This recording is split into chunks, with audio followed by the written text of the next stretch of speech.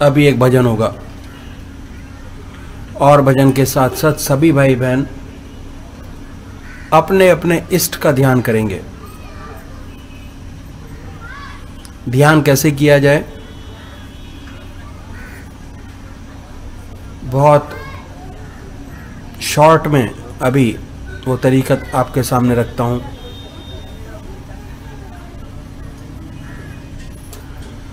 सबसे पहले यह निश्चित कीजिए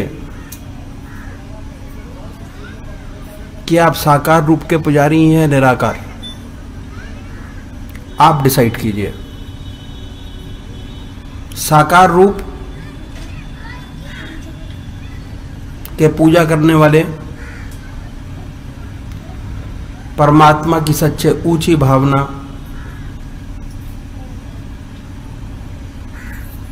किसी मूर्ति में डालते हैं, इष्ट में डालते हैं, मूर्त में डालते हैं। जैसे राम, कृष्ण, शिव, मां और अनेकों रूप हैं परमात्मा के जो भक्तगण मानते और जानते हैं। ये डिसाइड कीजिए अपने आप करना है। दूसरे वो भाई हैं जो निराकार रूप के उपासक हैं, ओम, अल्लाह, वाहेगुरु। वो भी आप ही डिसाइड कीजिए कि परमात्मा का कौन सा नाम आपको सबसे ज्यादा अच्छा लगता है आपकी आत्मा को। उसके बाद क्या करना है कि ये डिसाइड कर दीजिए। उसके बाद अपना भगवान, अपना इष्ट, अपना ईश्वर, ये भी आपको डिसाइड करना है कि परमात्मा का वो कौन सा स्वरूप ऐसा है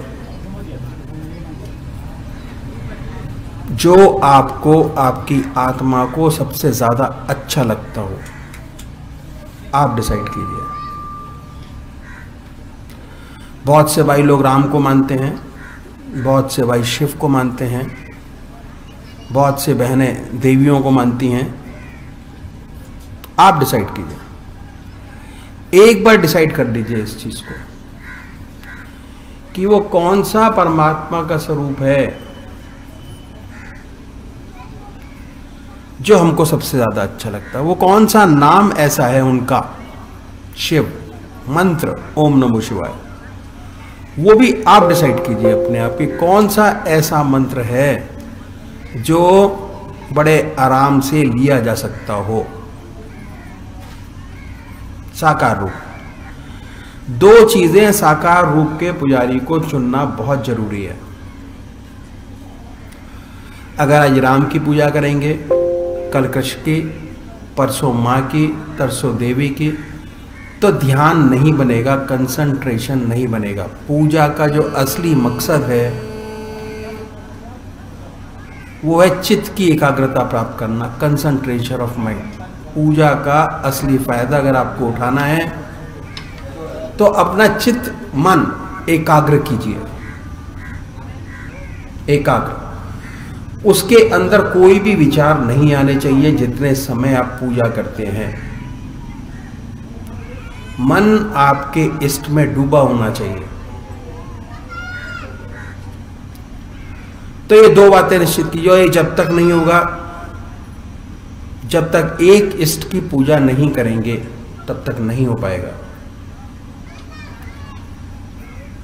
हमारे यहां 84 करोड़ देवी देवता हैं, उसमें से एक को चुन लीजिए। एक।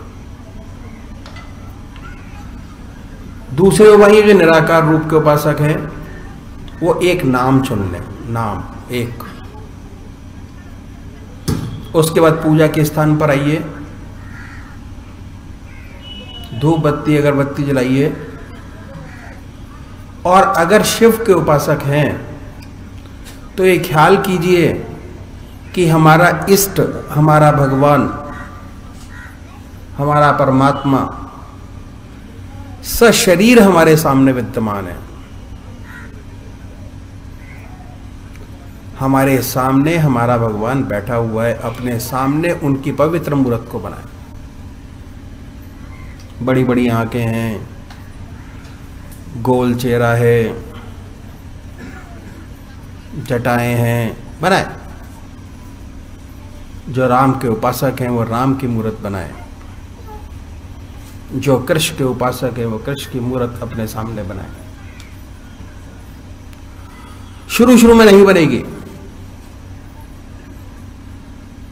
बिल्कुल नहीं बनेगी। आप बनाने की कोशिश करेंगे, बन ही नहीं सकते। उसके लिए सबसे अच्छा तरीका ये है कि जो मूर्त आपको सबसे ज़्यादा भगवान की अच्छी लगती है वो ले आइए, अपने पूजा के स्थान पर उसको लगा दीजिए। पहले उस मूर्त को देखिए, उसके बाद अपने सामने ख्याल में बनाइए, ख्याल से। जैसे एक पेंटर है, अगर उसको ये कहा जाए कि भगवान शिव की मूर्त बना दें तो ख्याल से वो मूर्त अपने सामने बना लेगा कि मुझे कैसी तस्वीर अच्छी लगती है, और उसके बाद जहां कहेंगे उस मूर्त को उतार देगा।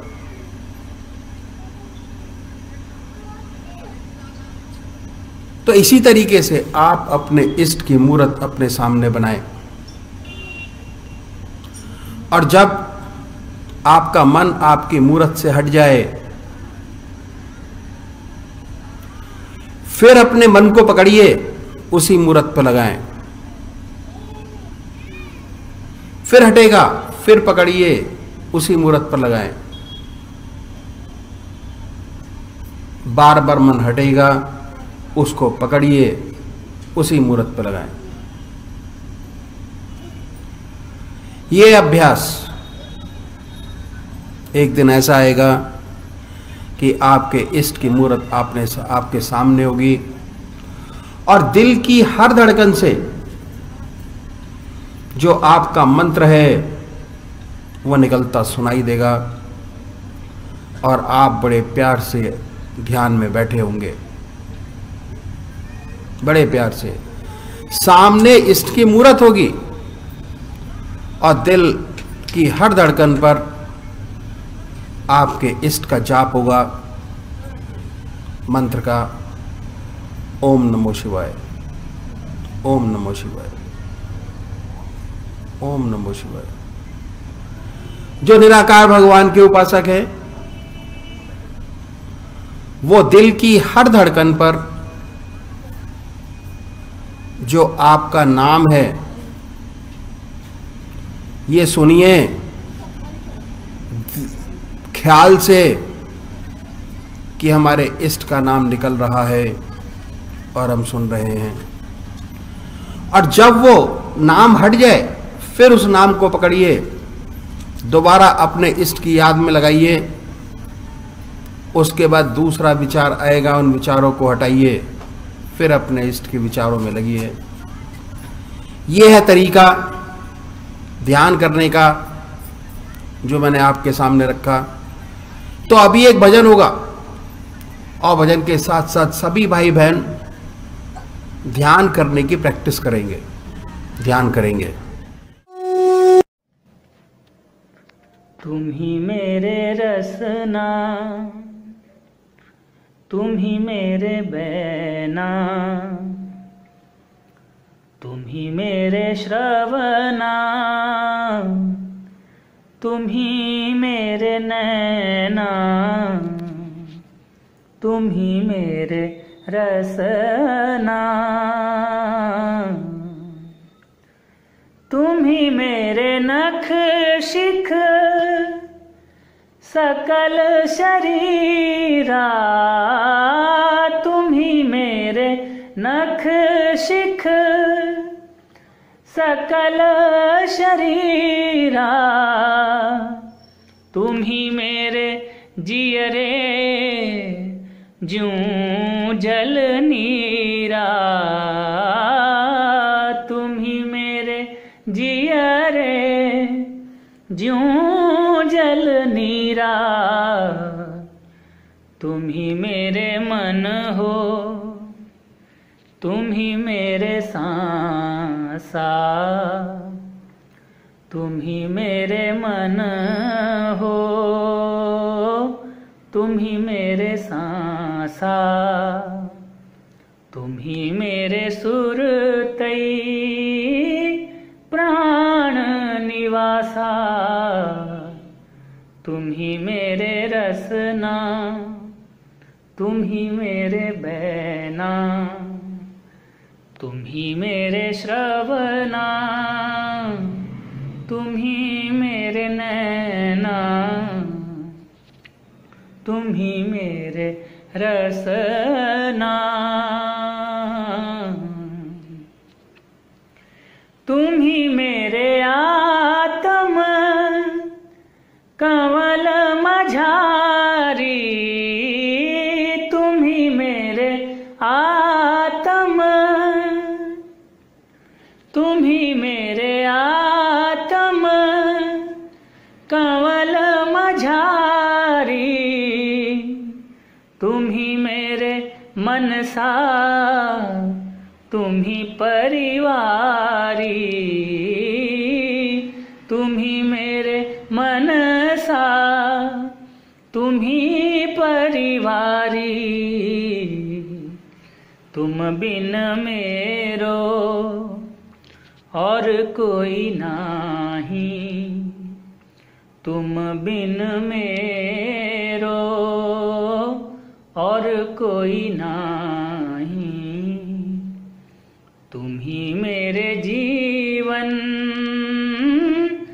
दादू माही,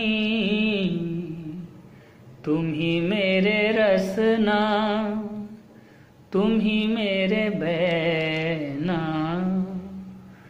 तुम ही मेरे श्रवणा, तुम ही मेरे नैना, तुम ही मेरे रसना।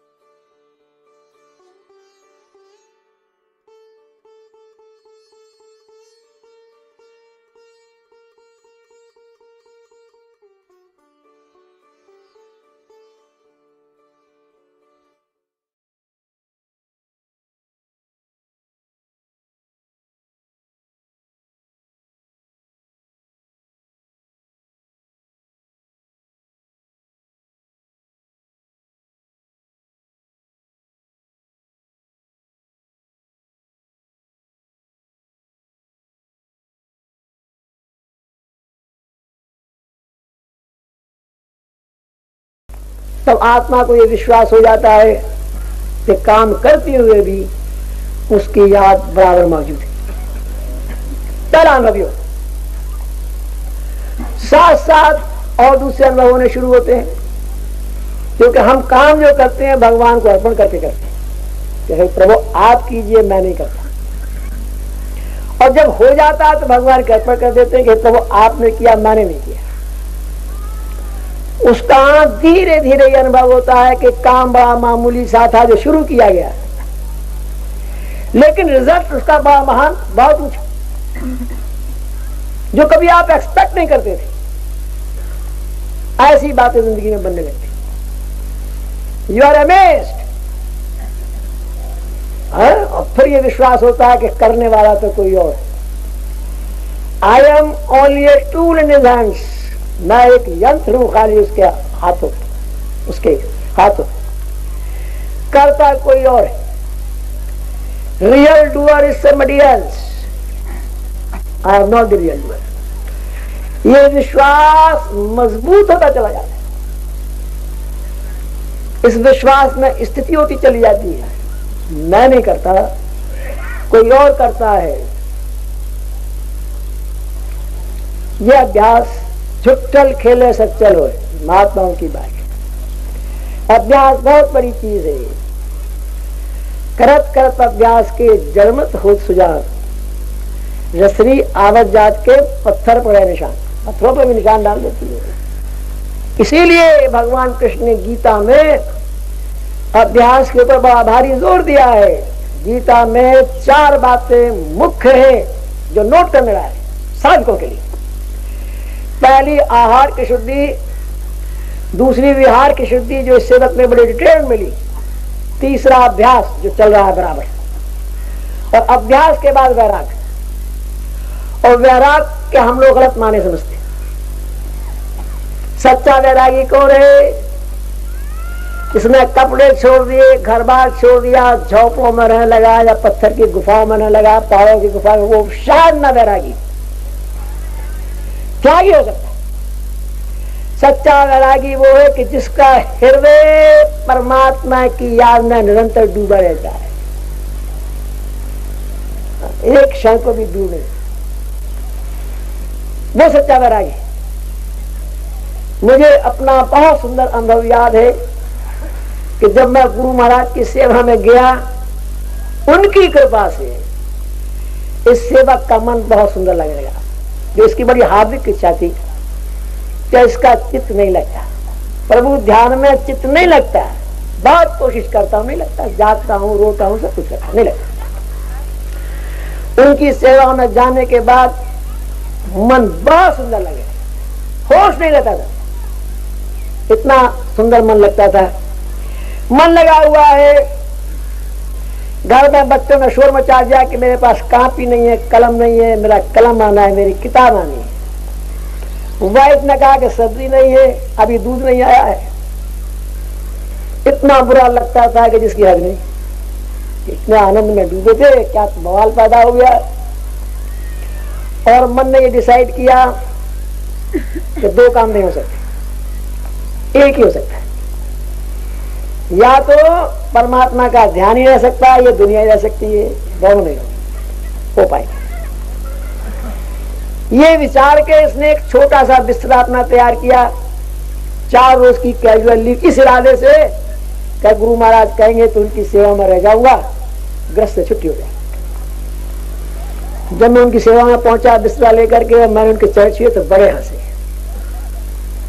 उन्होंने कहा कि मैं तो ये समझता था कि यशपाल में कुछ जान है, लेकिन तुम तो बहुत रद्दी वद्दी निकले ऐसे ही। यूजलेस। मैं बात चौक गया कि मैं तो ये विचार करके आया, घरवार बीवी बच्चे सब छोड़ के आपकी सेवा में रहूंगा, और महाराज कह रहे हैं कि यू आर यूजलेस, बेकार आदमी। बैठो।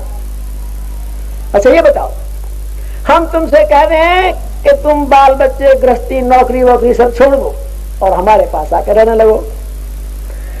जब हमारे पास रहो तो हम क्या कहेंगे, किस लिए नौकरी छोड़िए, किस लिए बच्चे छोड़े, कि परमात्मा की याद बने, इसीलिए नहीं ना। तो वो पीपल का पेड़ है, उसके नीचे जाके बैठ जाओ, तो ध्यान बराबर लगा रहे, जरा मन ना हटा, इधर उधर तो काम तो तुम्हारे पास कुछ है नहीं, मन लगा रहना चाहिए, इधर उधर नहीं होना चाहिए। और बेटा अगर उस पीपल के पेड़ पर कोयल आके कूकने लगी तो क्या गारंटी है कि तुम उस कोयल की कूक को ना सुनने लगोगे? है कोई गारंटी तुम्हारे पास? नहीं कर सकते। मन तो ऐसी चीज है, क्या गारंटी कर सकते? हमने तुम्हें कहा संन्यास ले लो, गंगा के किनारे रहो, और तुम गंगा स्नान करने सुबह सुबह ब्रह्म मुहूर्त में निकले और गंगा का स्नान कर रहे हैं, मन सुगंध वायु बह रही है, सुंदर सुंदर लहरें आ रही हैं, सूरज की प्रातः काल की बड़ी सुंदर किरणें पड़ रही, तो क्या गारंटी है कि तुम्हारा मन परमात्मा की याद छोड़ करके उस प्राकृतिक सौंदर्य में न लग जाएगा? है कोई गारंटी? नहीं महाराज, कोई गारंटी। बस घर में रहो, जब बच्चा रोता है तो सोचो कोयल कूक रही है, पेड़ के नीचे बैठे हो। अगर घर में नहीं कर सकते तो जंगल में भी नहीं कर सकते। उसके बाद फिर आपने कहा जानते हो माया क्या चीज है? खामोश। तो कहा ना बीवी माया है, ना बच्चे माया है, ना धन दौलत माया है, ना इष्ट मित्र माया है। तो इसी को माया समझते हैं, दुनिया इसको माया समझती है। भाई पैसा है, कामनी, कांचन, संतान, ये पैसा रुपया ये सब माया ही है, जमीन जायदाद, और कौन सी माया है? सारे नाम उन्होंने गिना दिए कि ये कोई भी माया नहीं है। माया क्या है? माया है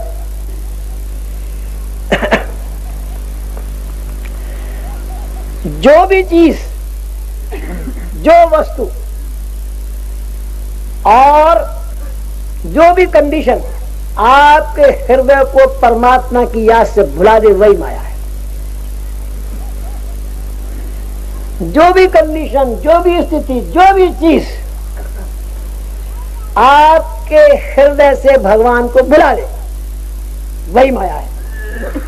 और अगर इसी संसार में है, इसी दुनिया में है, बच्चों में है, अपने मित्रों में है, और हृदय ईश्वर की याद में लगा हुआ है, बर्फ की तरह पिघल रहा है, तो तुम्हें माया नहीं।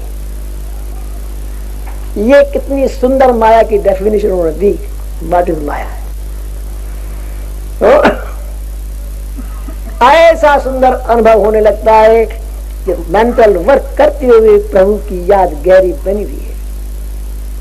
साथ साथ ऐसे प्यारे अनुभव होते हैं, मामूली सा काम था, ईश्वर की याद में शुरू किया गया है कि तुम बाल बच्चे, गृहस्थी, नौकरी वोकरी सब छोड़ दो और हमारे पास आकर रहने लगो। जब हमारे पास हो तो हम क्या कहेंगे? किस लिए नौकरी छोड़िए, किस लिए बच्चे छोड़े हैं? कि परमात्मा की याद बनी, इसीलिए नहीं ना। तो वो पीपल का पेड़ है, उसके नीचे जाके बैठ जाओ, तो ध्यान बराबर लगा रहे, जरा मन ना हटा इधर उधर। तो काम तो तुम्हारे पास कुछ है नहीं, मन लगा रहना चाहिए, इधर उधर नहीं होना चाहिए। और बेटा अगर उस पीपल के पेड़ पर कोयल आके कूकने लगी तो क्या गारंटी है कि तुम उस कोयल की कूक को ना सुनने लगोगे? है कोई गारंटी तुम्हारे पास? नहीं कर सकते। मन तो ऐसी चीज है, क्या गारंटी कर सकते? हमने तुम्हें कहा संन्यास ले लो, गंगा के किनारे रहो, और तुम गंगा स्नान करने सुबह सुबह ब्रह्म मुहूर्त में निकले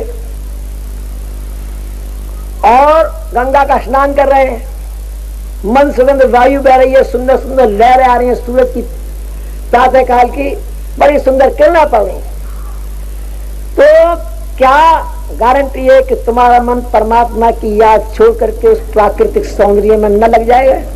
है कोई गारंटी? नहीं महाराज, कोई गारंटी।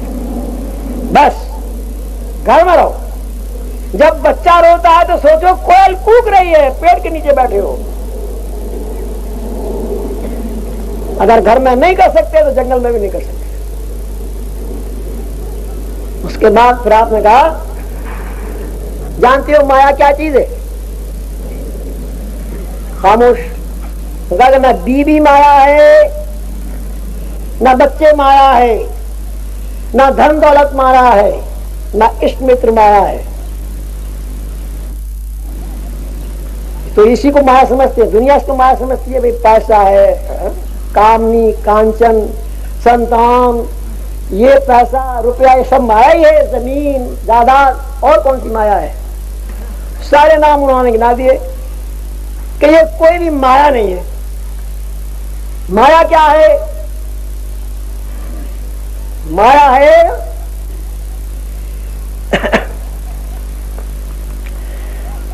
जो भी चीज, जो वस्तु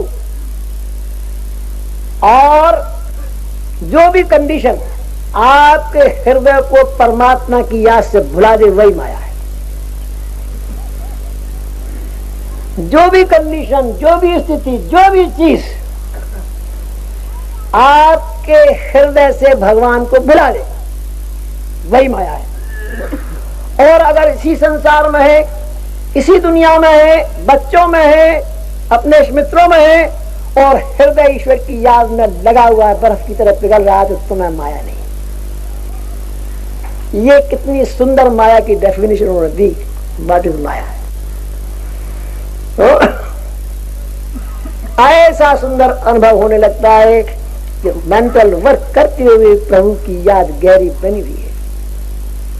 साथ साथ ऐसे प्यारे अनुभव होते हैं, मामूली सा काम था, ईश्वर की याद में शुरू किया गया है, बाद में परमात्मा को अर्पण कर दिया गया है। उसका नतीजा है आदमी बहुत चक्का रह जाता है, कैसे हो गया, क्या हो गया, आंखें फट कर आती है। इतना अचंबा ताज्जुब उसको होता है कि ये क्या हुआ, कैसे हुआ, किसने किया। सिवा गहरी ताकत के, सिवा परमात्मा के नहीं कर सकते, नहीं हो सकता। इतना प्यारे अनुभव खुलते हैं इस अभ्यास के बाद। और जब मेंटल वर्क करते हुए भी ध्यान लगा हुआ है प्रभु में, परमात्मा के चरणों में, तो एक बात आपकी पूरी हो गई। 24 घंटे निरंतर प्रभु की याद है, चलते फिरते, खाते पीते, संसार का हर व्यवहार करते, आपको ईश्वर की याद मौजूद है, परमात्मा के। कभी एक सेकंड को भी उससे नहीं भुला पाते, न भूल सकते। कबीर साहब बगैर पढ़े लिखे थे, उनके लिए काला अक्षर भैंस बराबर है, पढ़े नहीं, लेकिन बहुत बड़े अनुभवी संत थे। और अपने अनुभव जैसे होते वैसे ही के वैसे उनकी वाणी से निकल जाते, दूसरे लोग लिख लेते, याद कर लेते। कबीर साहब ने इस अवस्था का बहुत सुंदर चित्रण किया है, बहुत ही बढ़िया चित्रण किया है। उन्होंने कहा है कि संतो सहज समाधि भली, गुरु कृपा जा दिन से जागी, निश दिन अधिक चली, संतो सहज समाधि भली। ये सहज समाधि कहलाती है। इसके लिए कोई तपस्या नहीं करनी पड़ती, कोई कष्ट नहीं उठाने पड़ते, धीरे धीरे बड़े आराम से, बड़े आनंद से ये अवस्था प्राप्त होती चली जाती है। और चित्त की एकाग्रता सद्गुरु से प्राप्त होती है। भाई कोई वली पैदा हो बात अलग है, मैं ये नहीं कहता कोई वली है, पैदाश से ही वली है तो उसकी बात अलग है। अन्यथा चित्त की एकाग्रता बिना सद्गुरु के प्राप्त नहीं होती, उसी कृपा से प्राप्त होती है। इसीलिए उन्होंने कहा है कि गुरु कृपा जा दिन से जागी, गुरु कृपा से जिस दिन से मेरे अंदर पावर ऑफ कंसंट्रेशन आ गई, मैं चाहूं तो चित्त को एकाग्र कर सकूं, ऐसी शक्ति जब से मुझे आई गुरु कृपा से, तो निषिद्ध अधिक चली, नित्य बढ़ती रहती है, घटान नहीं होता। जैसे जैसे खाली समय में परमात्मा को देता चला जाता हूं, वैसे वैसे इस गहरी अवस्था बढ़ती, ध्यान की गहरी अवस्था बनती चली जाती है, सुतई बनती चली जाती है। जब खाली हूं, काम मेरे पास नहीं है, जिह्वा की नोक तालियों से लगाई और ध्यान में चला गया है, काम आ गया याद छोड़ दी, काम में लगे।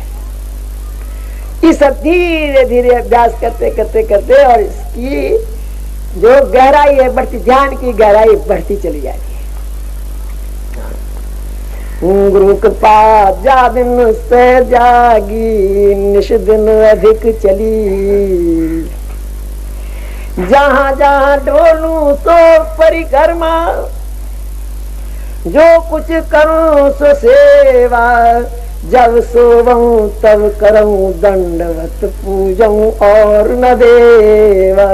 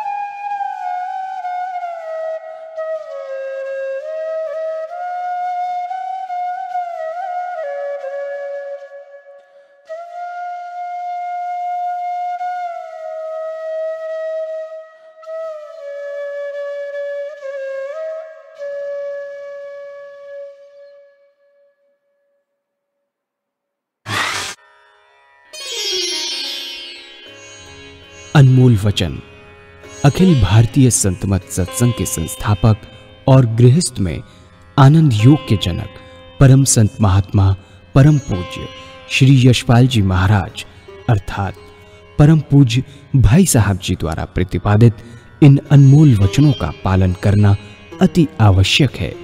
ये वचन हमारी गृहस्थ आध्यात्मिक साधना के लिए मूलभूत सिद्धांत हैं, जो इस प्रकार हैं। हम दुनिया की हर चीज की कीमत आंकते हैं, अपने मानव जीवन की कीमत भी जाने व परमात्मा की प्राप्ति हेतु साधना करें।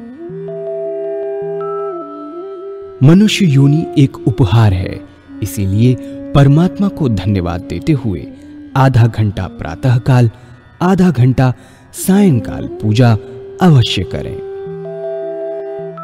सत्संग, सतनाम व सद्गुरु को प्राथमिकता देते हुए इसी के आधार पर ध्यान योगाभ्यास अवश्य करें व गृहस्थ के कार्यों को परमात्मा का कार्य समझकर उसी की याद में संपन्न करें।